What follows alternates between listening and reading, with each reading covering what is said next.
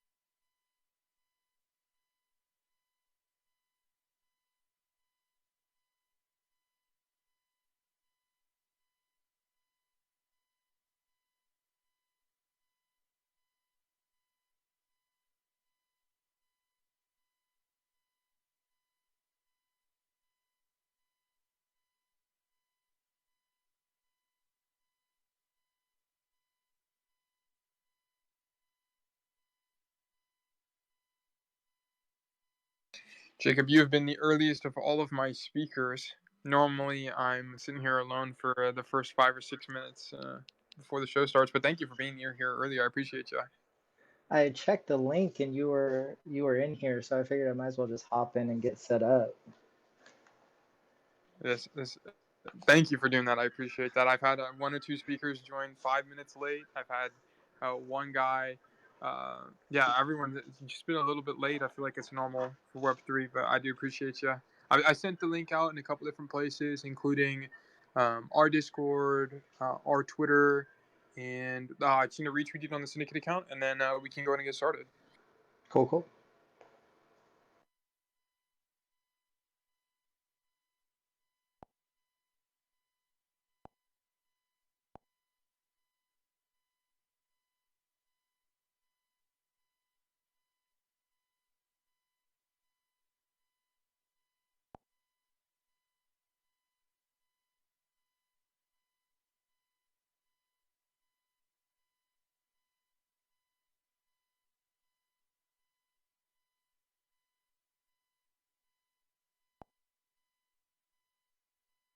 All right, we got that retweet out, and we're good and golden. Jacob, thank you for being here today. This is Making Time on the Syndicate Network. We are a space, this is a daily space where we highlight creators. This is a space for creators by creators. We support anyone in the ecosystem. It can be artists, writers, project owners, developers, doesn't matter who you are. If you are creating, if you are contributing, we want to highlight you. We want to interview you. We want to learn more about your Web3 experience. So, Jacob, thank you for being here today. Jacob is one of the co founders for Trust Labs. I am also part of Trust Labs, and I want to do anything I can to support the Trust fam. So, Jacob, how are you doing today? I'm doing good, fam. I'm just hanging out. It's beautiful 67 degrees outside here in California. So, yeah, we're just hanging out. You have no idea how envious I am of your weather. Right now, it is exactly 14 degrees. It feels like zero with wind chill. So, I have no idea how California can be so warm. Are you in like Orange County, or what part of California are you in? I'm in LA County, so real close to Orange County though. But yeah, Orange. My brother lives in Orange County. It's supposed to be 80 degrees on Christmas. Yeah, I would. It's a white. I guess it may or may not be a white Christmas. There's snow on the ground right now, but I guess it may or may not be a white Christmas for me. But I was just in San Bernardino not too long ago, maybe like 2 or 3 months ago, and I love SoCal. I love California. It's so awesome. It's so warm. The weather is awesome, but I'm envious. I'm envious. But enough about California and more about you, Jacob. I'm interested. How or why did you get into Web3? So I had been investing in crypto for um, a few years, nothing too big, just kind of nice quick trades. Wasn't doing too much, didn't really have the money to stay invested. But then I had a big life change about 2 years ago, and I moved from Washington back down here to California where I grew up. and I'd always wanted to be in like crypto and the NFT space.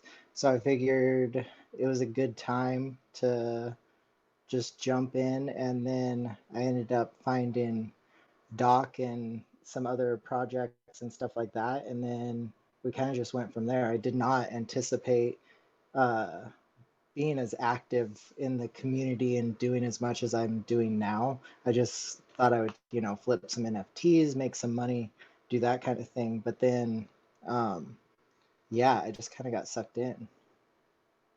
Yeah, that's what happens to all of us, right? We come in here for the money. Maybe we want to flip some monkey JPEGs, just dabble a little bit, and then before you know it, we're here forever. We're stuck. We becomes part of us, right? We become one big family. So you said you kind of came in. So you've been investing in Web3 for a while. Did you trade crypto? Like, how long have you been doing trading crypto and earn things like that? I've been trading crypto about 4 years. But again, nothing too crazy. I like hopped in on Dogecoin and like a lot of the stuff that we just saw like on social media, and um, I didn't know too much about like making wallets and stuff like that. I was using the Robinhood app when they added crypto. Um, so that was kind of how I got started. And then I realized that I was far behind and I needed wallets. And then I started trying to figure out all the different blockchains and stuff like that. Yeah, my origin story is very similar. I remember I was trading. I was a classic Wall Street bets trader. Just gambling on Reddit, and I discovered crypto by Robinhood. So I think there's probably, if there's two of us, there's probably dozens or hundreds of us. So it's interesting what Robinhood has done to onboard. They've done more for onboarding than any of us have, which is quite interesting. But no, so I'm interested. So you've been trading crypto for a couple years, and then you got into JPEGs, however that might be. So what did you do before you kind of started your journey into Web3? So before I started my journey into Web3, I actually went to college. I started college for graphic design because I've always loved and digital animation because I've always just loved the artistic space, and I've always wanted to do that. But then somewhere along my college career, I got nervous and I listened to a lot of people who were telling me like it was just a hard space to get into and stuff like that. So I switched and ended up getting a bachelor's degree and a master's degree in kinesiology. And then I went in and I was working in physical therapy for a few years out of college. And then I transitioned over and was working in the hospital as an exercise physiologist. And I had been working as an exercise physiologist for a couple years, for not even a year yet. And then COVID hit. And then I wasn't doing my job as an exercise physiologist. I got transitioned to like ER support for all the cases that we had because Washington was one of the places that got hit hardest first here in the US. I remember making jokes about about us having the first case in the US because we thought it was just a funny thing. We didn't realize at the time how bad it was going to be, but then I ended up getting laid off because I wasn't doing my role. And specifically, I was working with outpatient outpatient elective surgery, um, which at that time all of that had stopped. We weren't doing elective surgeries. If you weren't dying, we weren't treating you. So then um, I ended up getting laid off, and that was when I kind of started looking more at Web3. But at the same time, I was so invested in the medical field already. I actually started going to nursing school, um, and almost finished out a nursing degree. But then decided that it wasn't really what I wanted to do. It didn't make me happy. It wasn't feeding my soul the way I wanted it to. So then I started making the switch over and getting more invested in JPEGs, which um, led me kind of to where I'm at now. Yeah, man, that's quite the journey. Just yesterday, I actually had another interview with someone who's a paramedic, and he was talking about his medical experience and how, although he's in the medicine field, he would much rather be a developer or kind of spend his time kind of growing himself doing something like that. So it's interesting that you've kind of gone from this medical thing to spending more time in Web3 and being engaged this way with Trust Labs. Dr. Solana, you are requesting to join. I'll let you on the stage, but this is a one-on-one interview for Jacob. So if you do want to be on the stage, you can, but just keep in mind that I am having a conversation with Jacob here. Nothing against you, but today is all about him. So Jacob, so you're talking about your experience in medicine, your experience kind of learning all of these things. So do you think anything you learned from your experience in medicine has directly translated to your kind of Web3 identity, or has that kind of taken its own shape? I feel like at this point it's kind of taken its own shape. Because I just don't feel like there was. I mean, I understand people really well. I feel like that has helped me in my Web3 journey, like how to, because especially working in physical therapy, sitting down with patients, you're sitting with them one on one while they're doing exercises and stuff like that. And it's like a very much a one-on-one interaction. And I see those people for, months at a time. So 2 or 3 times a week, we sit down for an hour. And I was just talking with them. So I feel like that really helped me to like be able to talk to people and get to know people on a one-on-one basis, which is really transferred over to Web3 well because I don't get to where most of us are not anywhere near each other. We're all online. We all talk over spaces and voice chats and video chats and stuff like that. So it really helped me to like understand the way to lead a conversation when I'm talking to people and also um, just understand people and be able to sit and listen to what's going on with them. Most of the time in physical therapy, I was dealing with people who were injured and having, a hard time in their life. And now that we're in the bear market, it's kind of the same thing where sometimes people just need to sit and vent for a little bit and just get out what they're feeling. You know what I mean? Yeah, I totally understand what you mean. I come from a background that's more education and mentoring oriented, and I cannot relate to you more.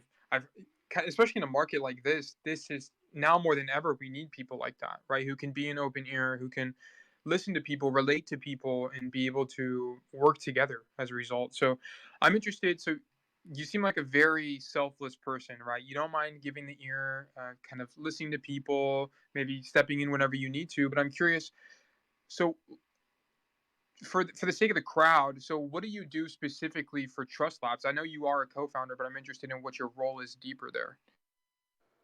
So my main role has been with the on the art and design side of things. I'm the one who did all of the art for the trespasses, and then I also did like all of our logos and branding and stuff like that, uh, which has been really cool because that's kind of the direction that I wanted to go. And then I've also worked with a few other projects, helping them with their branding and their design and kind of their creative direction when it comes to developing like a Web3 brand. But that's been my predominant role with Trust Labs is working on the art. We got our new project that's coming out soon that I've been hard at work, um, 10, 12 hours a day doing the art for. So it's been really fun. I love doing that kind of work. It just feeds my creativity. So it's been great. Yeah, that's awesome. And I think it's great that it's kind of come full circle for you, right? So you kind of started in college as this graphic design artistic major, and then you ended up transitioning into kinesiology and I think you said nurse, and then you ended up going into like nursing effectively. But now, as you're coming into your Web3 career, you've gone for graphic design and art, and you're able to kind of express yourself that way. So, what's it been like to be able to tap back into your artistic capabilities after being away from it for so long? Oh, it's been fantastic. It was kind of one of those moments where it's like, do I keep doing what I think everybody expects me to do, or do I do what I want to do? And it had always been my dream to do art and to do animation and to do graphic design and branding and stuff like that. So it was more about me stepping away and deciding to finally start following my dream as opposed to just doing what I thought was gonna, you know, make me a decent living and be a nice safe bet when it came to my life. Because there's always going to be room in the medical field. They always need help. They always need more staff. Like you can pretty much go anywhere once you have your degrees, and you can just, you can move around. You kind of have that freedom. But it wasn't what I wanted to do as much as it was just what I felt like was a safe bet. So it was like me finally stepping up and deciding that, what do I want to do with my life? Well, I want to do what I wanted to do when I was in high school and when I started college. So it was more about returning back to like the old me, and it felt great. That's awesome, man. I'm really proud of you for kind of taking that opportunity and being opportunistic and betting on yourself, right? Because it's not easy. It never is easy. That's why it's easy to succumb to maybe I'll take the conservative degree path, or right, go on a more stable career, right? Because it's easy to fall into that line of thinking. But whenever you do something like that, you might become complacent. You might not really, it might not resonate with you. You might lose your purpose, and it just kind of gets dull, gets gray. So I think it's awesome that you're able to get into Web3 and be able to unleash that passion, right? And be able to tap into an emotion or a feeling you haven't been able to really do for a long time. So a question I have for you is, so you did take this, you were really awesome about taking this opportunity into Web3, right? And being able to express your graphic design passion and your art passion. Has there been any other times in your life you've been opportunistic and taken a risk on yourself, or would you say this is one of your first times doing that?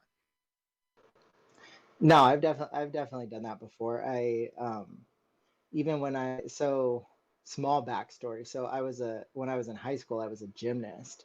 I was a really good gymnast.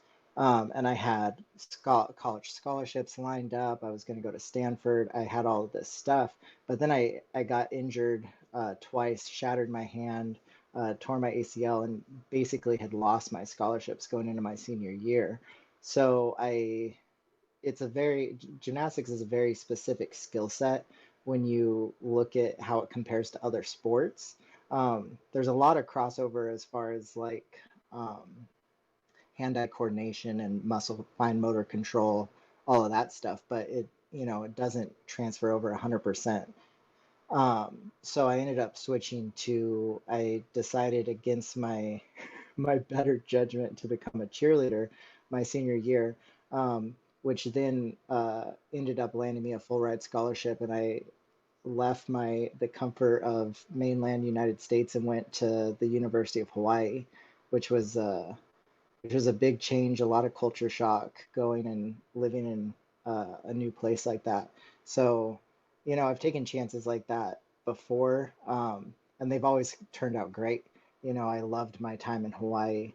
I loved I love sports, so like being able to be on the sidelines and stuff like that during games was just incredible. And then, we went on and uh, did really good at national championships and stuff like that. We were never not a top five team in the country when it came to what we were doing.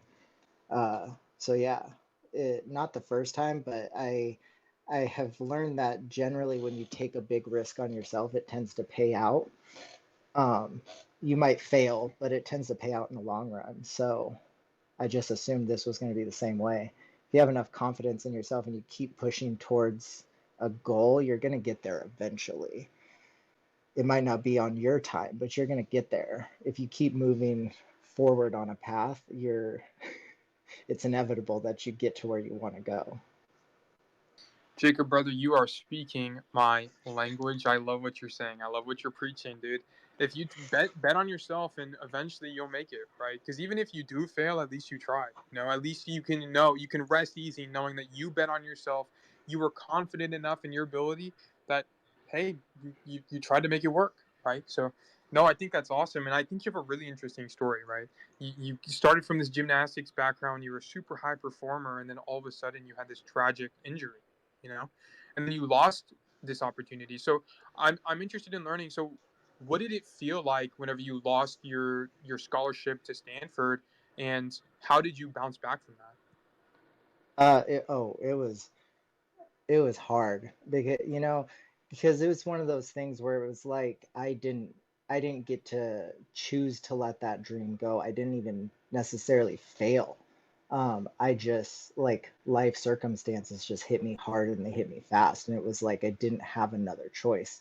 Um, my hand is still, after I broke it, it still doesn't work quite right. Like my grip is off, so I physically just could not do the things that I was doing. So that was really hard. I had to like really step back and take some time and like reevaluate like what is important to me. Um, like was it gymnastics? Was it being a college athlete? Was it going to college? Like which aspects of that were what I really wanted? Because it was like the rug just got pulled out from under me. You know what I mean? I had all of these big dreams. I could see the finish line. I just couldn't get there anymore. Yeah, I completely understand. I don't have the exact same story as you. I wasn't a college athlete in high school, but I was quite the academic. I really pushed myself. I scored really well on my exams. I was super active in colleges, and I applied to Stanford, was actually my dream school, and I got rejected. And to me, whenever I made my whole life about this dream of getting into this university and living life there and fantasizing about that and just dreaming about it every day, it's shattering, whenever you get rejected. Or in your case, you didn't even have a choice, like it was just pulled away from you and you have to reevaluate, okay, where am I now? What am I thinking? What is valuable to me? Is it gymnastics? Is it being an athlete? Is it being a student? And I think that's a really important thing when it comes to growing. And I assume you would say so yourself. Experiences like this, they seem hard in the moment, but once you look back on it, you're kind of grateful, right? You look back and you're like, I learned a lot from that. Would you agree? Yeah, absolutely. You know, it that we can only control ourselves and our own reactions to our situations. So, you know, if you let something like that just end your life and you just stop right there and you're like, I'm done, that's on you.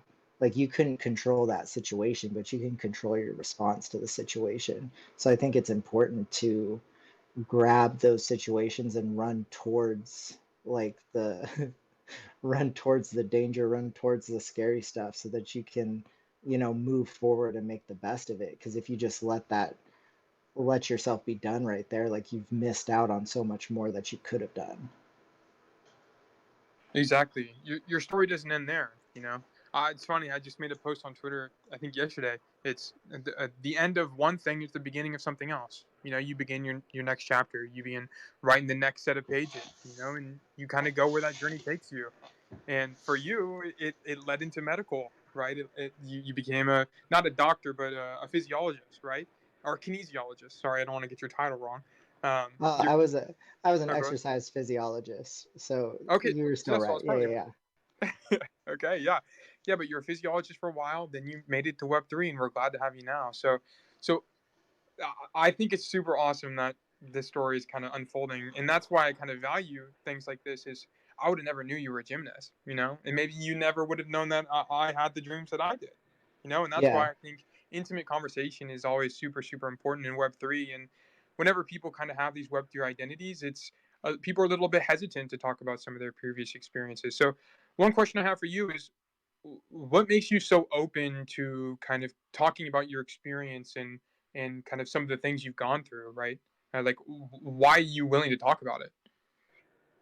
I feel like it's just important to talk and share your story because other people have similar stories, and sometimes other people are not so open to like talking about their situations and their struggles and stuff like that. So I think it helps when to hear somebody else who's gone through the same thing because it kind of opens that door for you to come out and talk about your own story and relate to it and, you know, talk about how you've struggled in the same ways.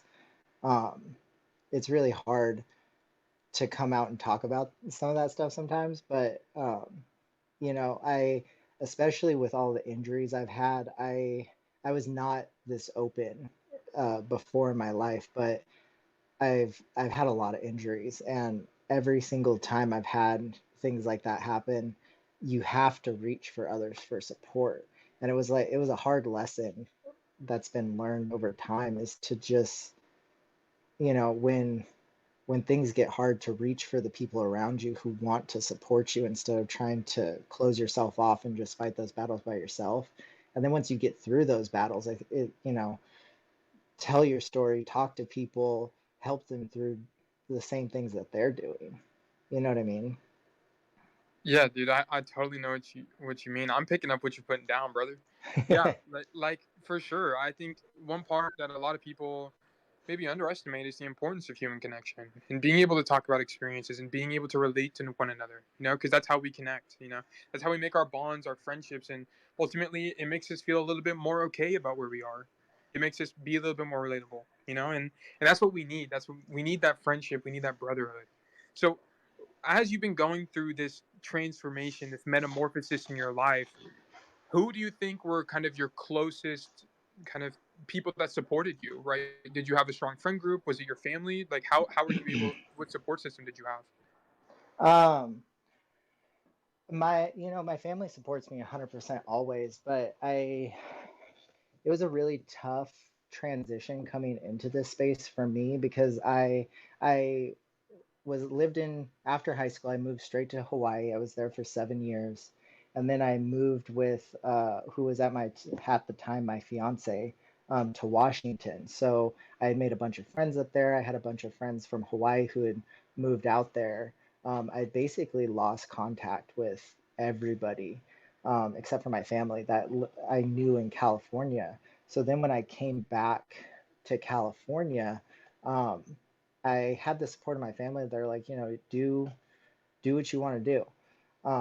We support you. But then I really had to reach out, and I found my community in Web3 that supported me.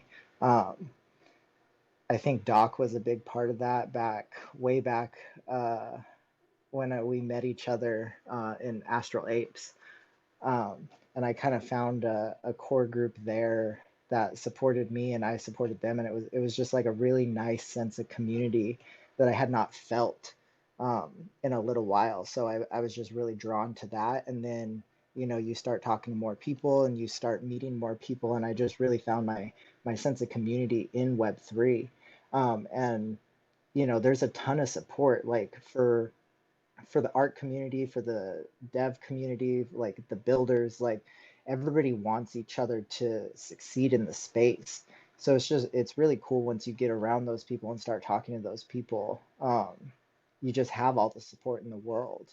It's hard to dig through some of the some of the fun and some of the shit that people are uh, doing on here sometimes, but especially with the bear market, I feel like we got rid of a lot of those bad actors in the space. Um, and what's left and who's still stuck around is the people who are really trying to push the space forward. And you know, I can have problems with things, and I reach out, and other people want me to succeed. I want them to succeed. I'm always willing to help people on what they're working on and what they're trying to do. So it was the Web3 space that really gave me that new sense of community and family that I had been missing out on, that wanted to push me towards what my dreams and what my goals were, as opposed to, what they thought I should be doing, or what, society told me I should be working on, or, all of that stuff. Yeah, and I think that's one of the best parts of Web3 culture. You know, one thing about Web3 and having this online personality or image is that we no longer are confined to geolocation. You know, you're in California, I'm in the middle of Oklahoma. You know, we're on the other side, not other sides of the country, but I'm quite far away from you. That's like a what, 4 hour, 5 hour flight to just hang out with you if I wanted to. We would have never met any other way. And that's why I love Web3. That's why I love our culture, you know, because I get to meet all these fantastic people and get to know them and become friends with them. Because as you mentioned, right, like we are kind of we are the people we hang out with, you know, we are our support system, and having things like Web3 and these awesome communities kind of become you. Right. So one question, this might be a little bit of a harder question, so just let me know if it is, but as you've been growing and kind of navigating your way through Web3, how have you seen other people rub off on you? Right? Like, have you become more extroverted because of your role models, or like have these artists inspired you, or let me know what your thoughts are there. Uh, I don't know if I've become more extroverted. I probably should talk in spaces more. I get nervous. I still have like a little bit of social anxiety once there gets to be like 100 people in the room or whatever. Um, so I definitely could still be working on that. And I'm around a lot of great people who want me to, be on spaces and come up more and, talk more. Um, but in terms of art and stuff like that, man, it's been fantastic because there's just so many talented, creative people in this space. um, I felt like when I was in college that this, like the graphic design and animation and like that entire art market was just kind of saturated. Um, but man, there's just so much opportunity in Web3 to be doing stuff. So, and there's way more talented people out here in Web3 that are so willing to talk to you and so willing to support. The one-on-one community is super supportive. Um, and, even just feedback from people who have been in this space or just the creative space for longer than I have, and just getting feedback and listening to people, talking to people has really helped me improve myself and my like the work that I do. Um, it's been fantastic. Yeah, for sure. There's so much creative potential, so many creative outlets here in Web3, and being able to learn from them is almost invaluable. You build that sense of community, you're able to get feedback from people, maybe some advice, and then apply it to yourself and become a better version of you. So we are getting around 30 minutes, so I'm going to ask you one or two more questions, and we'll go ahead and wrap up. So another question I have for you is, you've been trading crypto for a while, but you've only recently, relatively recently, started getting into NFTs and actually doing art for Web3. So my question for you is, where do you see yourself in 3 years? Well, hopefully, I'm hoping that we can keep growing the Trust Labs brand and continue to filter more of our own projects through that outlet.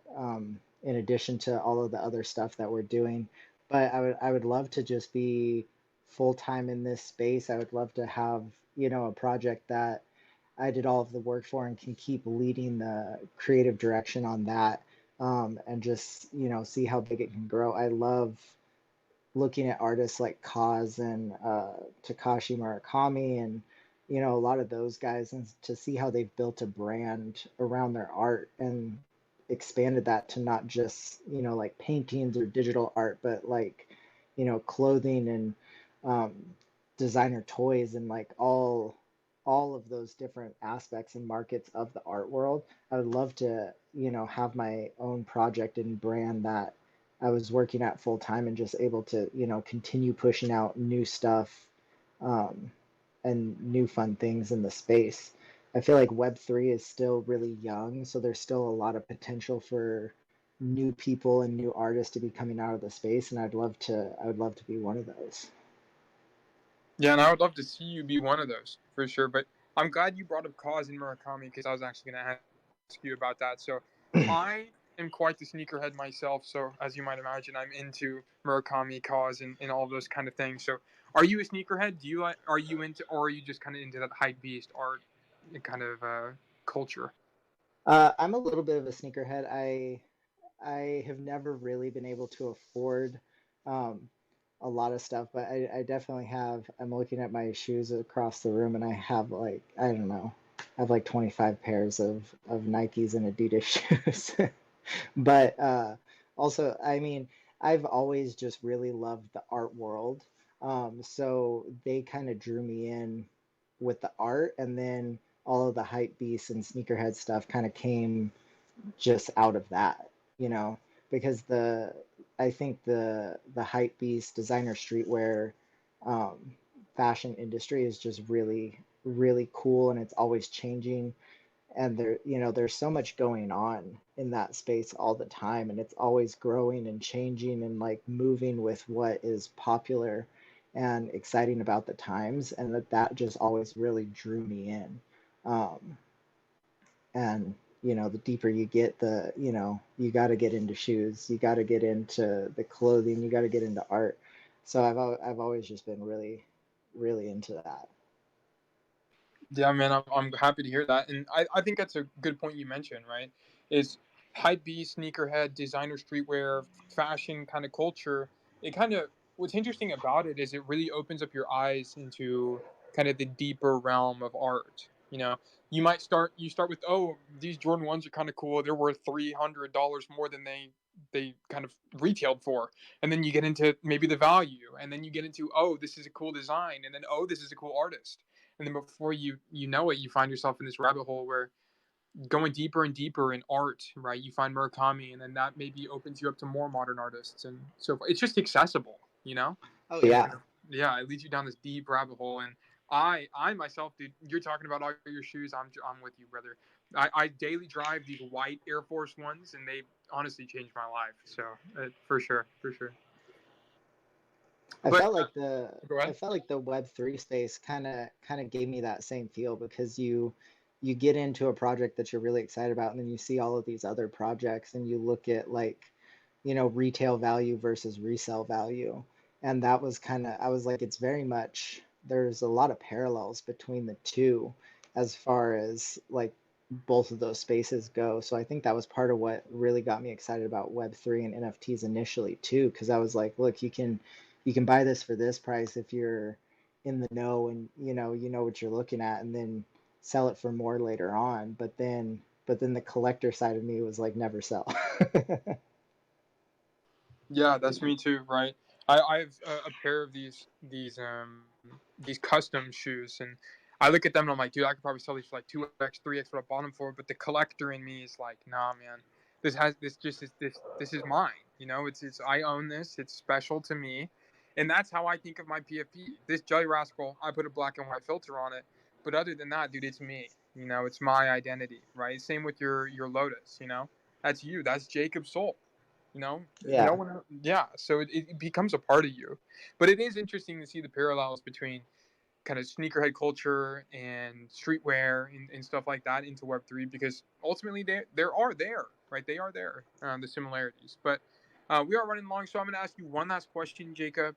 It has been an awesome, awesome, awesome conversation. We've had awesome turnout too. There's a lot of people here in the audience here to learn about Jacob. Trust fam, thank you for showing up. Doc Solana, all the homies in here, Hassan, Jay Carlo. I see a bunch of you guys in the audience. I really appreciate you guys pulling up, supporting creators, supporting Jacob Soul. This space is a daily space I hold where I interview creators in this space, whether that be a developer, an artist, a content creator, a project owner. Doesn't matter who you are. I want to interview you. I want to learn more about your story, and we've been able to do that with Jacob. So, Jacob, my last question for you is: if you had to start over in Web3, what would you do differently? I would start sooner. No, uh, yeah, I mean, that would be my main thing, would just be to not only get in here sooner, but start talking to people more. Because I didn't, when I started into NFTs and stuff like that, I initially didn't realize they were on. We like everybody was in Discord, and then I didn't realize everybody was on Twitter. I wasn't in Twitter yet, so and it the only way that came about was from me getting in Discord and talking to people, and then realizing that Twitter was such a big thing in this space. So it would be just getting in and talking to people and networking and connecting sooner, because I know there's a lot of traders out there that just, look on Magic Eden or OpenSea or whatever it is, and they're buying stuff, they're looking at trends. Instagram still has some stuff has NFTs and stuff on there now. It's starting to grow in that space. So we're starting to capture larger audiences. But if you really want to work in this space or be active in this space, is just really start connecting as soon as you can. Talk to people, talk to everybody, you know, connect with everybody, see, what are they doing, and find your people who want to help you grow, or find somebody who's doing what you want to do, talk to them, and then listen to them and start moving in that direction. I think it's the same thing with a lot of aspects of different careers and stuff like that, is like find the person who's doing what you want to be doing, or who's living your ideal lifestyle. Talk to them, figure out what they're doing, and then start trying to work yourself into that mold while still finding your own lane. Um, but yeah, just get out there, network, talk to people, because in the real world, not everybody wants you to succeed as much as they do in this space, at least not from my own personal experience. So we're all here, we're all in it. We all want each other to succeed. So get in there, talk to people, find, what's your lane inside Web3, find people who are doing it better than you, talk to them and start improving yourself and making yourself better. Jacob, you are speaking absolute facts. Everyone here in the audience, there's a person on your left and on your right. If you just heard what Jacob said, you should be following the person on your left and on your right. The person above you, the person diagonal from you, doesn't matter who. Start connecting, Start working with other people and learning more about them and learning about their story and tell them your story as a result. You'll start to grow and you'll just bring each other up. That's what Web3 is about. It's spreading the love. It's growing together, and that's what we're here for in Web3. So, Jacob, I love what you're saying. I'm all about what you're saying. I'm really glad to have had this conversation with you. It's been a blast. We learned a lot about your professional background. You went to school originally for graphic design, but then went for medical, and then you made this transition into Web3, and it's been quite an experience for you. You've had your fair share of hardships. You've taken bets on yourself, and it's working out. We're here now, and we're enjoying our conversation. We're enjoying our time together. So it's been awesome talking to you, Jacob. I am about to wrap up the space, but do you have anything you want to mention before I close things off?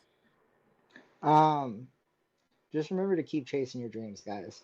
It, the you're gonna fail, but failure is a way lighter load to carry than regret is.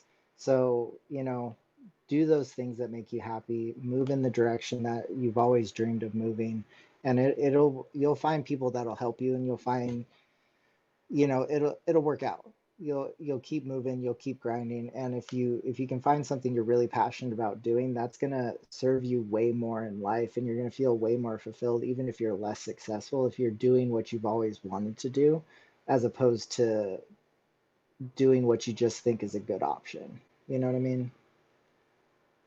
Absolutely. Take that bet on yourself. Take that risk. Keep going. Follow your dreams, and sure enough, if you run fast enough, you'll be able to catch them. So, thanks again, Jacob. Thank you, all of the Trust DAO homies who were able to make it. I do appreciate you guys taking your time, learning more about the creators of the space, because this, above all else, is what we need. We need to support each other and bring each other up. And today we were able to do that for Jacob. But thanks again, guys. We do host this space daily. Unfortunately, I will be hanging out with my family this weekend, so we will not have a space on Saturday or Sunday. But I do have a space on Monday at the same time, 1:30 p.m. CST. We will be interviewing space host I'm Just. He is actually a Trust Down member himself. Is he in the audience? Let me check. He's not actually in the audience, but he's also a Trust Down member, so I would hope and love to have you guys learn more about his story as well. But Jacob, Doc Solana, Dana, Hassan, Carr, everyone in the space, Jay, Carlo, Cardboard, everyone here, Spliffy, Zion, dude, thank you guys so much. And I hope you guys have a fantastic rest of your day and an awesome holiday. Thank you so much, and goodbye.